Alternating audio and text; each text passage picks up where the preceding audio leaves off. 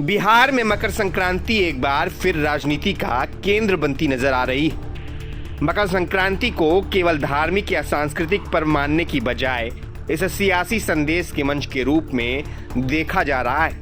और इस बार चर्चा में है लालू प्रसाद यादव के बड़े बेटे तेज प्रताप यादव।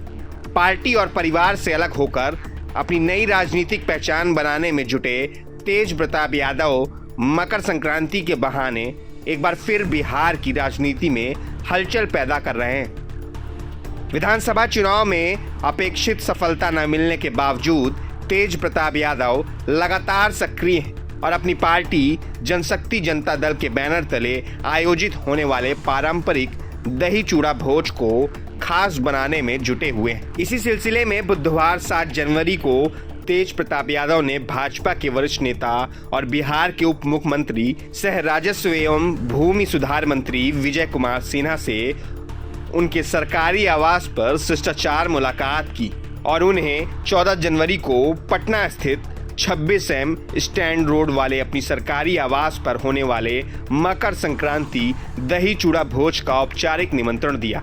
इस मुलाकात की जानकारी खुद तेज प्रताप यादव ने साझा की और बताया कि वे नए साल की शुभकामनाएं देने के साथ साथ मकर संक्रांति के आयोजन में शामिल होने का आग्रह करने पहुंचे थे। मीडिया से बातचीत में तेज प्रताप यादव ने साफ कहा कि राजनीति और सामाजिक परंपराओं को अलग नजरिए से देखा जाना चाहिए। उनके मुताबिक राजनीतिक मतभेद अपनी जगह है, लेकिन पर्व और त्योहार अपनी सौहार्द, मेल मिलाप और संवाद का अवसर होते हैं। इसी सोच के तहत वे सत्ता पक्ष और विपक्ष दोनों के तमाम प्रमुख नेताओं को इस आयोजन में आमंत्रित कर रहे हैं ताकि सभी एक साथ बैठकर पर्व का आनंद ले सकें।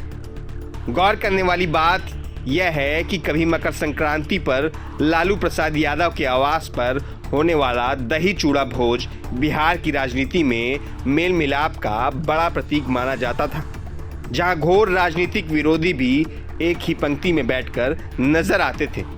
अब तेज प्रताप यादव उसी राजनीतिक सामाजिक परंपरा को नए सिरे से जीवंत करने की कोशिश करते दिखाई दे रहे हैं। हालांकि इस मुलाकात के बाद बिहार की राजनीतिक गलियारों में चर्चाओं का दौर तेज हो गया है। कुछ लोग इसे केवल सामाजिक शिष्टाचार बता रहे हैं, जबकि कुछ इस आने वाले समय की राजनीतिक संभावनाओं से जोड़कर देख रहे हैं। इन तमाम अटकलों पर प्रतिक्रिया देते हुए तेज प्रताप यादव ने दो टूक कहा कि यह पहल सिर्फ पर्व के निमंत्रण तक सीमित है और इसका कोई राजनीतिक अर्थ नहीं निकाला जाना चाहिए। तेज प्रताप यादव पहले ही ऐलान कर चुके हैं कि इस दही चूड़ा भोज में राज्यपाल, मुख्यमंत्री नीतीश कुमार, दोनों उप मुख्यमंत्री, सत्ता पक्ष और विपक्ष के कई बड़े नेताओं को आमंत्रित किया जाएगा। भाई तेजस्वी यादव को लेकर पूछे गए सवाल पर भी उन्होंने कहा कि उन्हें भी निमंत्रण भेजा जाएगा।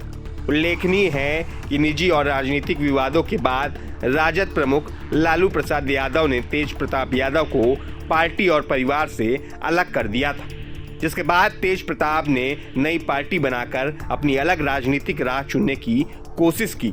हालांकि चुनावी नतीजे उनके पक्ष में नहीं रहे। हाल के दिनों में राबड़ी देवी के जन्मदिन पर उनकी मौजूदगी और अब भाजपा नेताओं से लगातार संपर्क ने एक बार फिर बिहार की राजनीति में नई अटकलों को जन्म दे दिया है।